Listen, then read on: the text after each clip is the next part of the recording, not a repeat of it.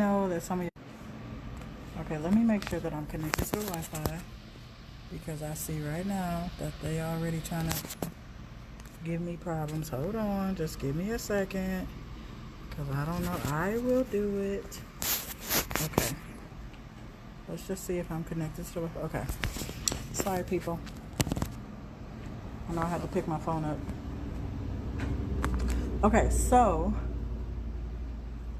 all right, I figured I would use my time wisely and share a personal story, which I don't always do. I should do more of because I'll be in teaching mode. Like, I'll be wanting to tell people stuff and give great content. But I figured I would jump on and share a personal story just because I hope it will encourage someone, right? Because this entrepreneur journey is not for the faint of heart. Like, anybody who's been doing this more than 5 minutes completely understands that you're going to have to grow some balls to do this here, okay? So I know somebody's like, oh my God, she said balls. Listen, side note, has nothing to do with nothing. I had this lady inbox me after one of my videos, and she was just like, I'm not sure if you're aware of it, but you said the word fuck in your video, and I just don't think that people are going to be attracted to you if you cuss in your videos because it's not very professional. And I just had to laugh, right? I just had to laugh because, number one, I attract people all the time. I've had multiple clients sign on this week, right? Like every week I have a new client. Well, not every week, but almost every week, right? And so I just think it's so funny how people put their limitations and their boundaries on you for what you should and should not be doing, right? Anyway, that's neither here nor there.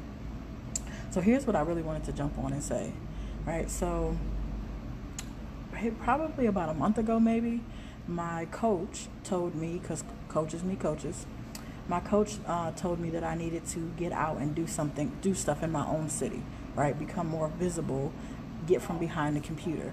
So for those of you who don't really know me, many of you think that I'm an extrovert, right? And I love to be around people and I love to speak and all that shit is a lie, right? I am an introvert and I'm alone 98% of my life, right? I actually like it that way. Now I need to become more social, but the truth is I'm an introvert, and so I don't do networking.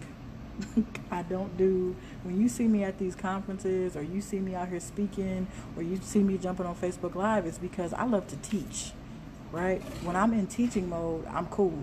But if you want me to just have small talk and just I'm not good at none of that, okay? So because that's not my forte, I'm good at behind the computer and jumping on Facebook Live and doing what I need to do. But that being out here networking is like, I ain't got time. Long story short, my coach was like, you need to get out here and do some things, right? Like start networking and, make yourself more visible. So I'm like, okay, I don't want to. Let me be very clear. I don't want to. But you hire a coach for a reason, right? To be coachable because they know something that you don't. That's a whole nother message. So I decide I'm going to do these once a month kind of mixers, right? Maybe a group of 5-10 people, no large expectations, but a small group of people where we just chat about entrepreneurship. We talk about where we're at, where we want to go, all of that kind of stuff. That's what I'm thinking. That's one way that I can get out here and be more visible, and do that maybe once a month, okay? So here it is. So first of all, it's supposed to be the second Tuesday. I have no idea what day of the week it is. It's supposed to be the second Tuesday of every month, I believe, right?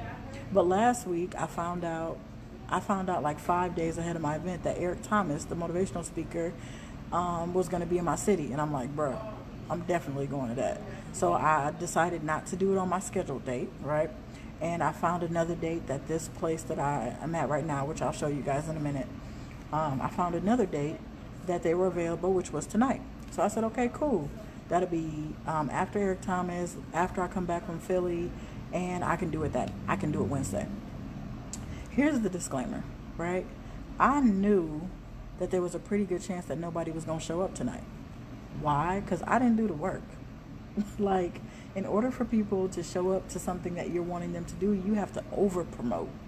Like, you have to promote and then promote and then remind and then promote and then remind and to promote. And it don't really matter whether it's free, whether it's paid. That's just the process. I think it was Jay Stone that I heard say it takes what it takes, right? Like, sometimes we're trying to circumvent the process when the truth is, I mean, it takes what it takes, right? So I knew there was a good chance that nobody was going to show up tonight. So right now is the time where I'm supposed to be having my little mixer with, a small group of people. So I thought about it earlier. I'm like, you could just cancel because you ain't really been promoting it. You ain't did what you needed to do. But I'm like, nope, I'm a woman of my word. I'm going to do it. Doesn't matter whether people show, don't show. I'm in it. Like, you got to do the work. So I'm here. I don't know what time it is. It's probably like 6:20 or something around there. It's about 20 minutes into my event is the point, right? I'm about 20 minutes in, and there's nobody here. When I get done, I'm going to turn my camera around, and I'm going to show you the space. And so I'm like, oh, look at you, Lachelle. You didn't even do what you were supposed to do, and now you're sitting here looking cute.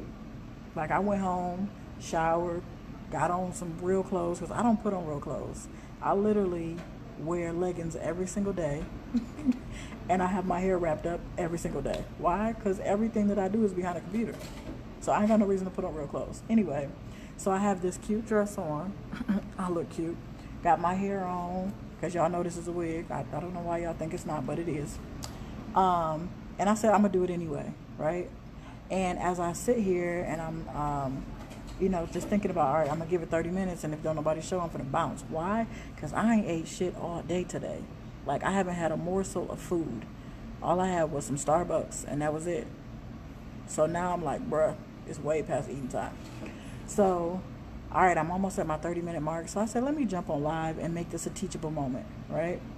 Number one, we as leaders should do a better job, myself included, of showing our weaknesses, right? Showing the failures, because sometimes social media paints the picture, intentionally or unintentionally, that the process is easier than what it is, when the truth is, it's just not.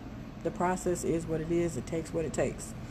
And so I thought I would make this a teachable moment and just say, listen, this whole thing flopped. It flopped. Ain't nobody here but me. I'm talking to you. And y'all ain't here. But here's the thing that I want you to be able to pull out of this. Number one, if you don't do the work, you're not going to get the results. I can't be mad at nobody but myself that I'm sitting here talking to y'all instead of teaching or instead of networking or whatever it is that was going to happen tonight. I can't be mad at nobody but myself. Why? Because I didn't do the work. I literally shared the flyer maybe like 4 times, maybe 5 times. And everybody understands. Well, maybe everybody does not. I fully understand that sharing a flyer about an event does not produce shit. Like, you literally have to learn to market, which is a whole nother conversation. So one, I want you to understand that if you don't do the work, you won't get the results. Like, it's not the coach that you hired. It's not your husband who won't let you do whatever. It's not whatever you coming up with as an excuse. Miss me with that. At the end of the day, if you don't do the work, you won't get the results that you want. Okay? That's number one. The second thing I want you to think about as you're on this journey is you're going to fail. Like, it's guaranteed that you're going to fail. So one of the things that I heard, I didn't even do a whole live about my trip to Philly. I really should have. But one of the things that I heard the coach that I saw in Philly say that really hit home with me, and I'm paraphrasing because I can never say it the way she said it. But one of the things that she said was leaders, entrepreneurs, people who are successful fail more than the average person. Why? Because we take more risk. we putting in more work. So yeah, this is a failure. I mean, really, it's not really. I mean, failure is really relative. Like, in real life, it's not really a failure. But I could see how somebody else might think that this is a failure. Why? Because nobody's here. Nobody's at this little mix and mingle shindig that I was trying to put together, right? So I want you to understand that you are going to fail. Number one, you're going to fail if you don't do the work. Let's go back to number one. But even when you put in the work, sometimes it's not going to go the way that you planned. So you need to get okay with failure. You need to get okay that it's not going to pan out the way you always desired for it to be. And here's the thing. There's no shame in that. I have no shame in the fact that I'm sitting here talking to you instead of talking to people in this room. Why? Because I didn't do the work. But also because you have to put your You have to put the things that you're doing in perspective, right? I'm doing stuff that people would never do, right? I'm doing stuff that people wish they could do or dream of do or consider doing. So why am I out here being embarrassed or ashamed or whatever feelings may come up because this thing that I tried to do didn't work? No, I'm still a beast. I was going to say better than half the coaches that you know, but I digress. I don't want to, I don't want to go there. I don't want y'all to feel like I'm arrogant. But the truth is, I know my shit. Like, I'm going to just be honest with you. So my second point here is I don't have no reason to feel like a failure just because this didn't work. And you don't have no reason to feel like a failure just because your shit didn't work. You don't. That's the thing that I want you to be able to take away. Why? Because failure is a part of the process. Everything that we touch is not going to bloom. Everything that we put our hands to is not going to work. Okay? So here's the last thing that I want to say. You're going to have to learn to do it again. Like, you're going to have to learn to keep doing the work even when you feel like a failure. It's called resiliency. Resiliency. This journey, this entrepreneur journey, requires resiliency. Why? Because we did not even know what we were signing up for when we started this process. Because if we did, we wouldn't have signed up for that shit. Listen,